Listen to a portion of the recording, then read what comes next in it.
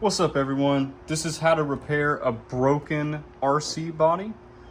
So first, all you need is some concrete tape here. And you need E6000. This is my used bottle of E6000. All we're gonna do is take the concrete tape and put it over my holes.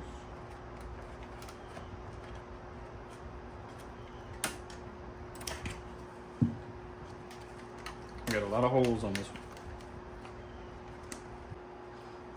Now we got our tape over our holes.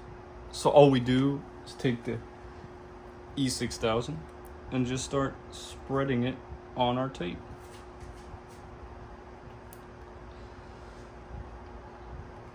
I spread it with my fingers in a glove.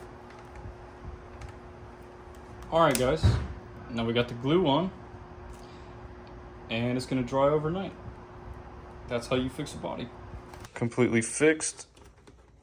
Still flexible. Obviously only did it on the holes and not everything, but there's a bad rip right there and it seems to be holding pretty well.